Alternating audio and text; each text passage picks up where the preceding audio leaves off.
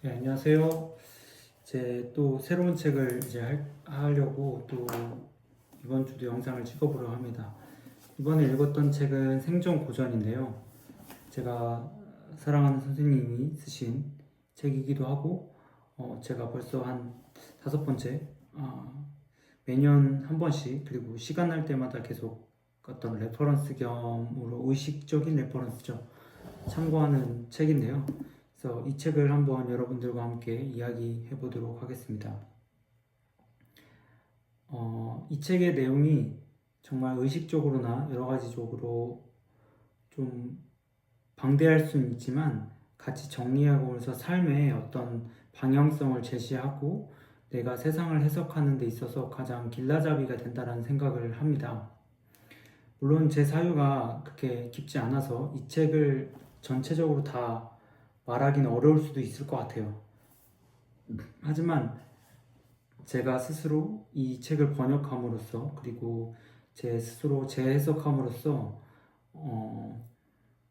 또 다른 삶의 어떤 그 방향성을 제 스스로가 찾는 계기가 되는 것 같아요. 그래서 한번 여러분도 같이 이 공유를 하면 도움이 될 거라고 생각합니다. 이름은 이제 생존 고전이고요. 재밌죠? 생존 고전. 이제 고전 생존도 아니고 생존 고전이라는 책인데, 여기 앞에는 이제 이렇게 써 있어요. 고전은 위대한 성인의 마음이다. 고전을 공부하는 것은 그 마음을 공부하는 것이다. 모든 역사적 인물들은 고전을 가슴에 품고 세상을 움직였다. 그래서 고전을 제왕의 서라고 한다. 한번 사는 인생, 문명의 주체로 살고자 한다면 이 책과 성인의 마음을 찾아 떠나보자. 훌륭한 내비게이션이 되어줄 것이다. 이 주제이면서도 이 방금 들려드렸던 구절을 우리가 잘 안다면 정말 인생을 주체적으로 살 수 있을 거라고 생각합니다. 항상 책을 알려면 저자를 알아야 해요. 이 저자 자체가 저희 선생님이지만 그 건축학과를 졸업을 했고 IMF를 맞아서 그게 시대 이념인 자본주의를 깨닫고 그 자본주의라는 것이 시대 이념이지만 그것을 고전에 입각해서 해석을 했다는 측면이 있고 그 고전에 입각해서 살았기 때문에 자본가로 살고 있고 그것이 나에게는 자유를 주었다. 이런 것이 큰 맥락이지만 그 내용으로 이 저자를 다 알 수는 없어요. 하지만 어느 정도의 이 저자에 대한 어떤 삶의 과정을 우리가 한번 느껴볼 수는 있겠죠. 그것을 느끼고 난 뒤에 이 책이 좀 더 달라 보일 수도 있겠죠. 생존 고전이란 책을 보면 이제 차례가 나오는데 아무래도 전 개인적으로 선생님을 알기 때문에 이 목차에 대한 어떤 그 어떤 구성에 대해서 조금 더 세련되게 알 수도 있었던 것 같아요. 그래서 선생님은 그 전에 이제 기독교인이었으니까 여기 보면 6째 날까지만 나오고 7째 날은 이제 기독교적인 사관에서 쉬기 때문에 안 나오는 것 같다라고 저는 보았고 첫째 날에는 고전이 뭔지, 그러면 둘째 날은 성인이 뭔지, 그리고 셋째 날에는 성인의 조건, 넷째 날에는 탄생 배경, 다섯째 날은 성인의 길, 여섯째 날에는 과제를 마치는 이 순서로 돼 있어요.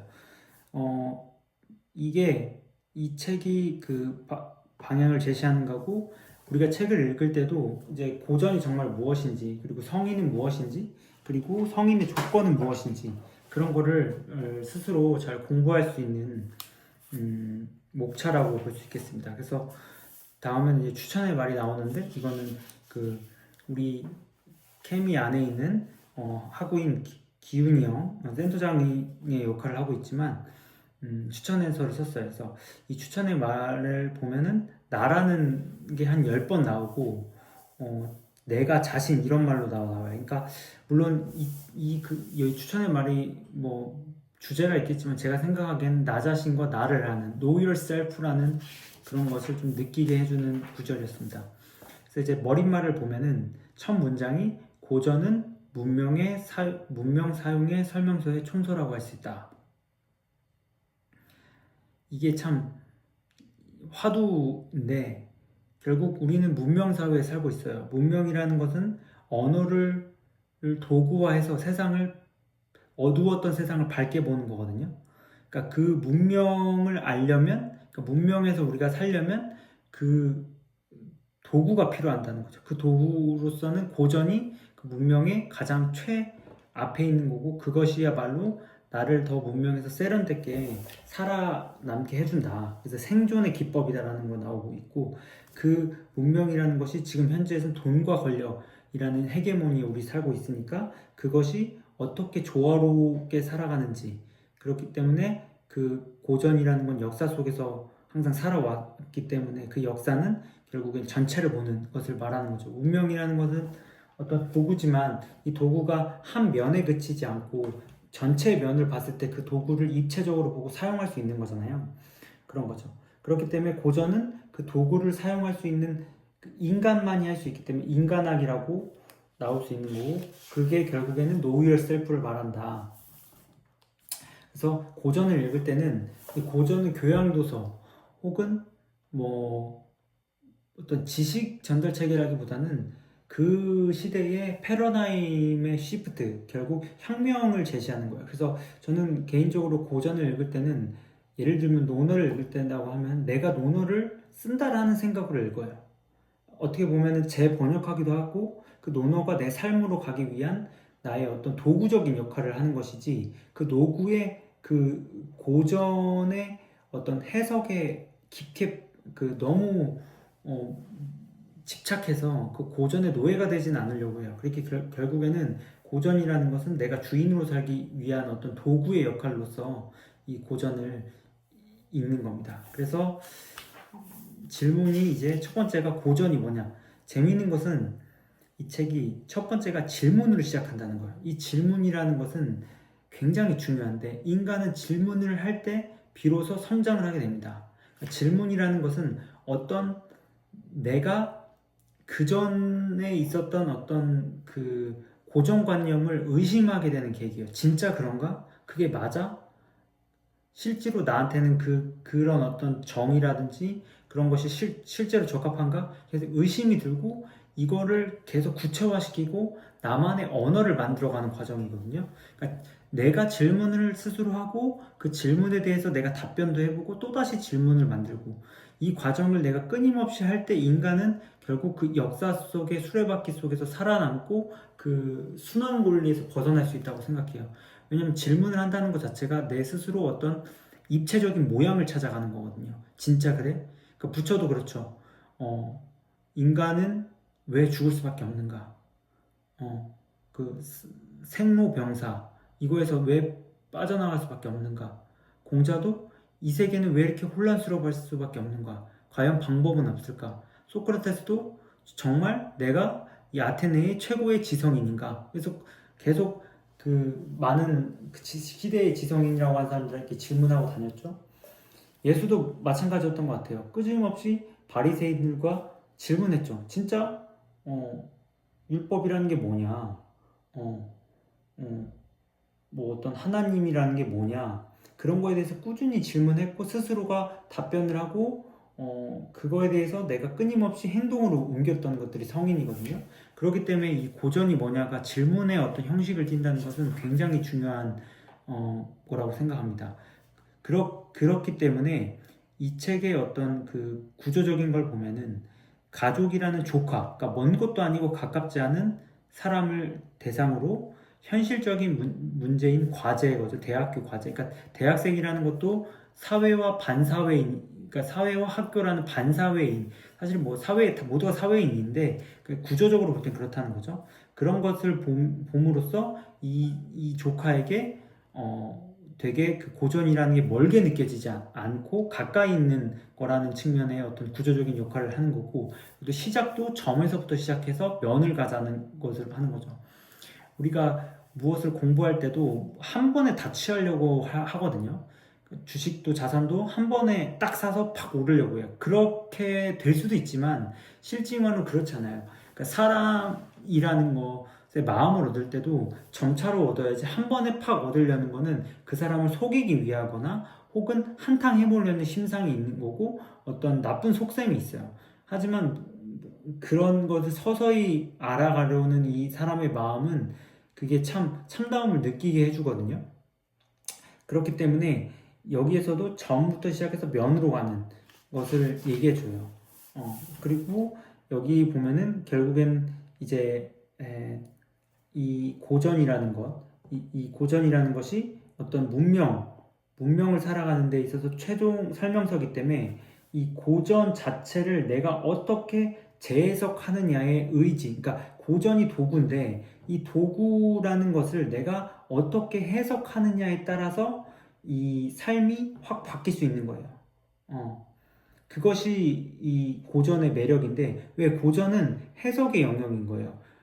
남이 해석된 걸 읽는 것이 아니라 스스로 내 삶에 맞춰서 해석할 수 있어야 돼요. 왜냐, 예를 들면 논어면 논어가 살았던 세대와 지금의 세대는 너무나도 달라요. 이 다른 관점에서 나는 과연 그 시대의 공자를 어떻게 현대 시대로 끊임없이 끄집어 와서 읽히느냐. 그러니까 예를 들자면 학이라는 단어가 있어요. 그러면 지금의 학은 국영수를 배우는 거라고 사람들은 알 수 있어요. 공부한다는 게. 하지만 그 당시에 공부한다는 건 예학사어수라고 해서 예를 공부하고 말 타고 활 쏘고 천문학을 보고 수를 하고 전쟁을 하는 그 당시에 결국 이런 것을 공부해야 그것이 진짜 공부라고 하는 것을 말해요. 그럼 지금의 진짜 학은 뭐냐? 이념을 따지는 이념과 더불어서 공부를 해나가는 가야 되는 거죠. 그래서 돈이 전부가 아니게끔 삶을 살아가기 위해서는 우리가 돈의 실체를 공부해야 되고 자본학을 공부해야 되는 것이 시대 이념을 갖추는 걸 수도 있어요. 물론 국영수도 더해서 마찬가지인 거죠. 그렇기 때문에 이것을 시대적인 의미로서 내가 해석할 수 있을 때만 비로소 고전이라는 것이 나에게 힘이 되고 재해석의 영역에 의지가 있다는 거예요. 왜냐 결국에는 고전이라는 것은 어떤 한 사람의 소유물이 아니라 점차 축적된 그 언어에 전승되어 있기 때문인 거죠.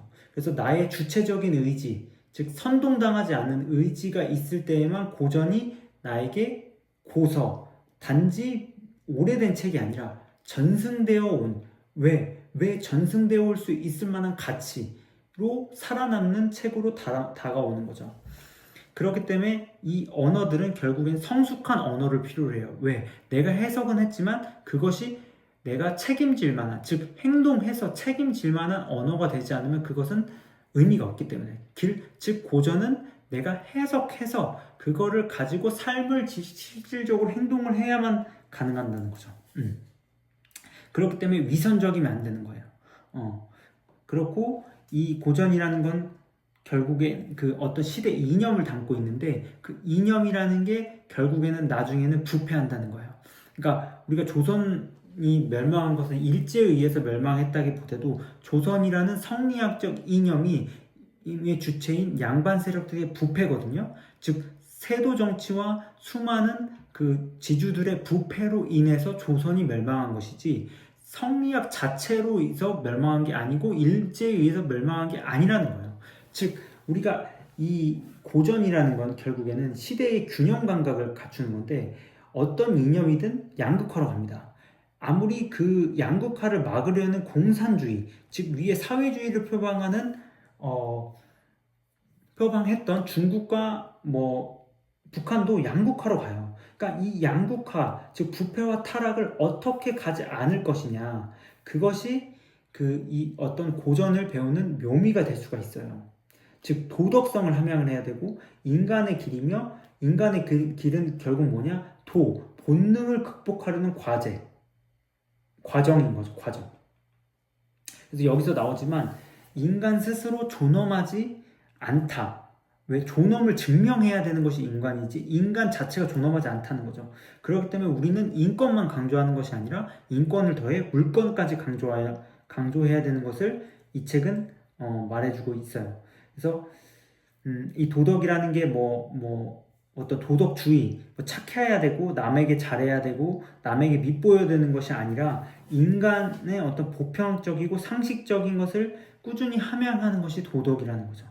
그래서 어쩌면 타인을 지배하기 위한 어떤 도구로서 고전을 사용하는 것이 아니라 포용하기 위해서, 즉 어떤 대중에서 탈피한 주체적인 의식을 가지고 이 책은 살아가야 된다고 말을 해주고 있습니다.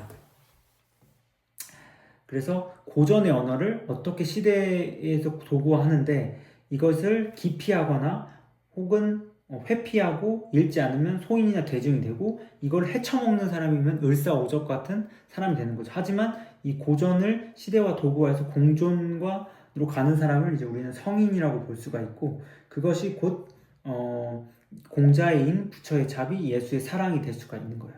그러니까 공존으로 가는 마음. 그것이 무지에서 탈피하고 위선에서 탈피하는 대중의 세계에서 떠나는 것인 거죠. 이 책에서는 결국엔 그것이 친절함이라고 나오는데 이게 결국에는 상냥함과 대비돼야 되는 게 친절함은 잘해주는 어떤 그 좋은 말솜씨 이게 아니라 그가 올바른 인간의 길을 걷게 해주는 방법을 제시하는 게 친절함이라고 하는 거예요. 그래서 친절하면은 굉장히 냉정함도 포함할 수 있다는 거죠. 그래서 고전은 결국엔 인간인 나를 내가 인간이기 때문에 인간인 나를 지키는 것이고 그것은 역사 속에서 역사라는 것을 우리가 꾸준히 알아야 된다. 역사에서는 그 나를 지키지 못하는 수많은 사람들이 나와 있기 때문인 거죠. 그래서 실수와 반복되는 상황에서 나를 계속 지키게 해주고 그것이 결국에는 역사라는 그 어떤 많은 어려움 속에서도 나만의 룰을 만들게 되는 거고 이익보단 조화고 경쟁보다는 이제 어떻게 보면은 공존을 말해주는 거라고 할 수 있습니다. 그래서 고전이 이런 것들을 나와 있게 되는 거고 그 고전이 결국은 혁명서기 때문에 시대 이념을 알아야 돼요. 그러니까 공자 시대의 시대 이념이 효와 충 이런 것을 알아야 되고 그리고 예수는 어떤 신적인 기독교 세계관, 부처는 부디즘, 그 어떤 그 카스트 제도 이런 것들이 그 시대의 이념들이었거든요. 그 시대의 이념들을 어떻게 내가 활용해서 혁명가로 가느냐 거죠. 지금은 곧 자본주의 거죠. 자본주의는 결국에는 자본과의 타락, 즉 양극화로 인해서 무너지기 때문에 우리가 이 자본주의라는 것이 시대의 이념으로 알았을 때는 이 도덕성을 회복하기 위해서 현실적인 노력이 필요한 거고 그렇기 때문에 이제 모럴 해저드, 이 해저드라는 게 굉장한 위험을 말하는데 하자드 이게 보면 이제 화학에서도 굉장히 염산이라는 게 이게 해저드 그 위험하니까 그런 표현을 쓰거든요. 그런 것들을 이제 고전이라는 책에서는 끊임없이 얘기해주고 있어요. 그래서 공자가 인을 표현할 때도 인이라는 것은 이익을 포기하는 거라고 권지한테 말하는 거거든요. 그런 것만 봐도 이 이념이라는 것을 우리가 명확히 인지했다면 그것을 어떻게 공존의 노력으로 가느냐라는 게 굉장히 중요한 거죠. 그래서 내가 이 시대 이념을 했고 그 시대 정신, 그러니까 자본주의를 딱 넣었을 때, 즉 기여를 넣었을 때 우리는 훨씬 힘을 갖게 되는 거예요. 자본주의에서 아무리 좋은 말 하는 사람이라도 돈이 없으면 그 힘이 없거든요. 그래서 역사는 결국에는 진보와 순환을 하는데 이 진보와 순환의 원리에서 인간도 마찬가지이기 때문에 끊임없이 어떤 진보와 순환 원리를 시대 이념을 가지고 이용해야 된다. 근데 그 시대 이념이 나만의 해석이겠지만 그게 공감을 얻어야 한다는 거죠. 저는 시대 이념을 단순히 선생님이 이념이라고 했지만 저는 세계관이라는 표현을 했어요. 그러니까 자본주의라는 것이 결국 자본으로 세상을 해석하는 거다. 그래서 해리포터의 마법을 부리는 것처럼 우린 자본가로서 어떤 자본가의 그 해석력을 가지고 세상을 판단하는 것이고 그렇기 때문에 자본사회와 그 전에 계급사회를 구분할 줄 알아야 되고 자본사회는 결국 신용카드가 한 인간을 나중에 설명할 거고 계급사회는 계급이 설명하는 것처럼 그런 것들이 나의 어떤 그 시대적인 그 이념을 내가 해석하는 공감을 이뤄내야 돼요. 근데 가끔 우리가 배웠던 많은 학우들한테 그냥 자본주의가 뭐냐고 물어보면 이념이래요. 끝이야. 자기만의 해석이 없어. 그러니까 시대 이념을 그냥 물론 복제하는 것도 중요하지만 자기만의 생각이 없이 이 시대 이념을 해석한다는 건 어쩌면 추종자가 되기 바쁠 수 있어요. 그러니까 어떤 고전의 종이 되는 거죠.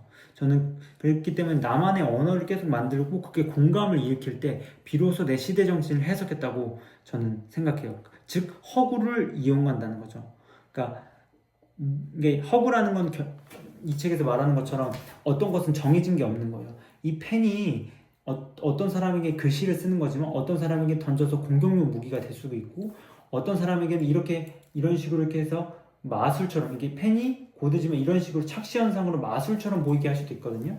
그러니까 고정된 것이 아니라는 거예요. 그러니까 불교로 따지면 어떤 공사상인데 이런 허구를 내가 어떻게 하면 실천하느냐 이게 실천 속에서 이 어떤 허구가 정해진다는 거예요. 그래서 투자도 마찬가지인데 투자라는 언어를 명확히 증명하는 것이 이제 투자의 경륜과 철학을 축적하는 것이라는 거죠.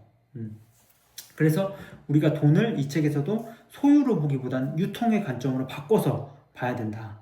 그래서 주어진 만큼 내가 어떻게 돈을 운용하느냐는 자신에게 달려있고, 그래서 자본주의, 자본과 자본 투자 이런 것을 우리가 이렇게 자기만의 용어로 해석할 수 있어야 된다는 거죠.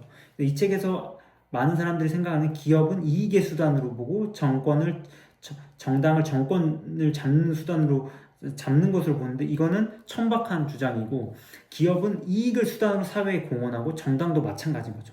이것이 우리가 실질적으로 자기만의 해석으로 간다는 거죠. 사회는 그렇게 해석할지라도. 그래서 우리가 돈이라는 것이 이 시대의 이념이라면 그거와 맞짱 떨 수도 있어야 되고, 그게 나의 지성과 품격으로 조화롭게 살아가야 된다는 것을 책은 말해주고 있습니다. 이게 이제 고전이라는 의미가 가지는 거죠. 그래서 고전이라는 건 도구고, 그 도구를 시대 정신에 맞게 활용해야 되고, 그것이 결국 공존을 담아가야 한다. 그 고전을 시대 정신에 입각해서 도구로 해석했고, 그거를 만든 사람이 결국엔 성인인데, 이 성인이란 사람에 대해서 이제 다음 챕터에서 물어보고 있는 거예요. 즉 성인은 그럼 뭐냐?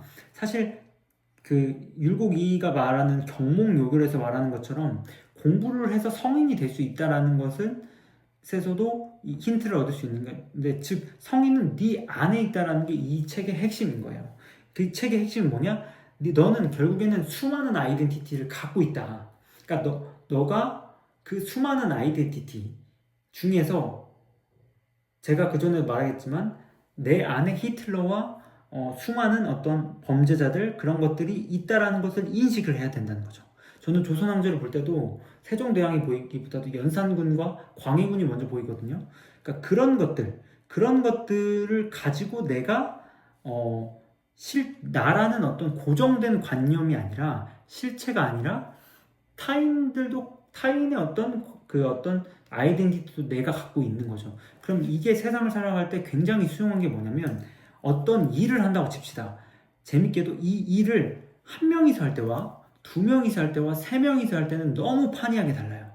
두 명이서 할 때가 2분의 1이 될 것 같죠. 3분의 1, 4분의 1, 5분의 1이 될 때도 있어요. 어떤 일이.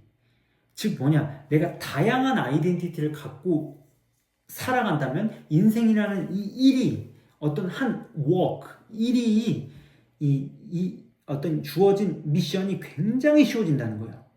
이게 포인트거든요. 그러니까 내가 조금 더 자유롭고 수월하게 살아가는 방법은 이 아이덴티티를 확장해서 내가 수많은 아이덴티티로 하나의 일을 같이 하게 하는 거예요.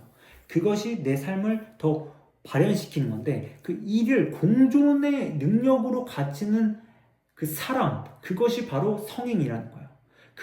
그것은 죽어서 완성이 되는데, 결과적으로는 내가 그 길을 계속 가는 것이 결국에는 이 성인이라는 삶의 과정인 거죠. 근데 이 성인이라는 것이 결국에는 어떻게 보면은 그 전에 내가 나에겐 수많은 의식세계가 있다라는 것을 알고 가야 된다라는 것이 이 성인의 이 가르침, 그러니까 성인이 가는 거라는 거죠. 그러니까 know yourself, 너 자신이 고정되는 아집과 고집에 갇혀 있는 것이 아닌 거죠. 아집이라는 것은 타인이 감각적으로 이제 나의 고정된 의식을 추구하는 거고, 고집이라는 거는 고정된 의식을 가지고 특정한 상황에서 내가 특정한 선택면을 고정하려는 행동이거든요. 그렇기 때문에 이런 것들을 내가 탈피해서 이 서구적 실체론이 나오는데, 그걸 탈피해서 다양한 아이덴티티를 수용할 때, 그 아이덴티티가 나쁜 어떤 일이라도 그것까지 소용할 때, 그것이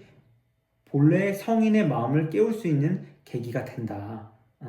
그래서 끊임없이 나와의 대화를 하는 거고, 그거 대화를 할 때 그 아이덴티티를 발견함으로써 그 발견하는 수준만큼 내가 세상의 공존에 기여하고 그 공존에 기여하는 것을 타인으로 하여금 희생이라고 보게 되는 것 같습니다.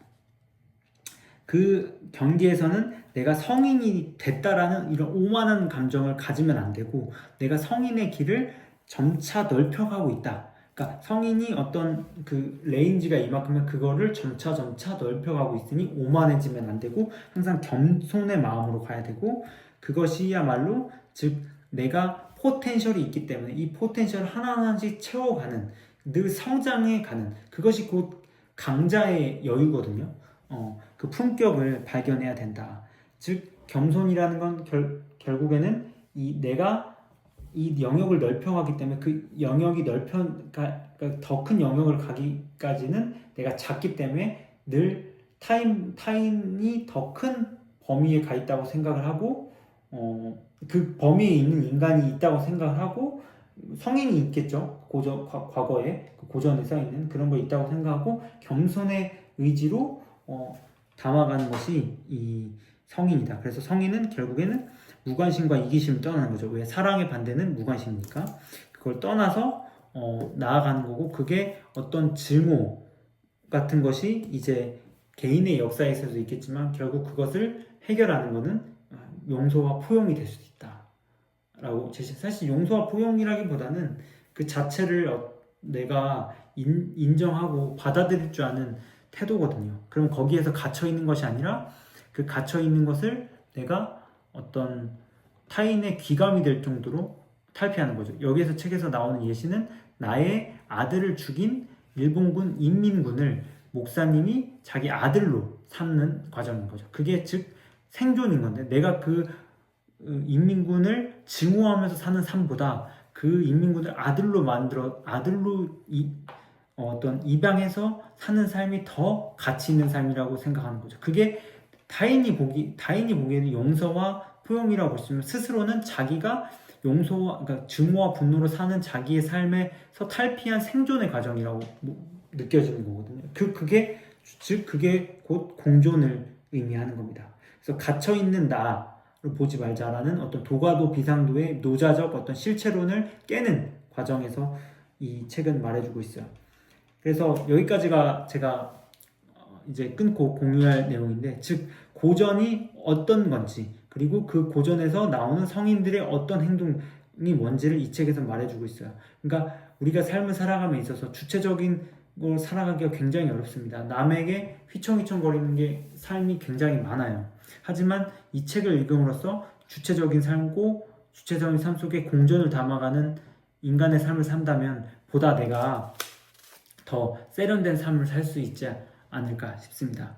내용이 조금 어려웠을 수 있고 제 사유가 그거를 다 담지 못했을 수 있겠지만 그 사유를 닮아가는 노력은 항상 끊임없이 해야 된다는 점을 저는 늘 생각하고 있고, 다음에 뒷부분도 여러분들과 함께 공유하도록 하겠습니다. 감사합니다.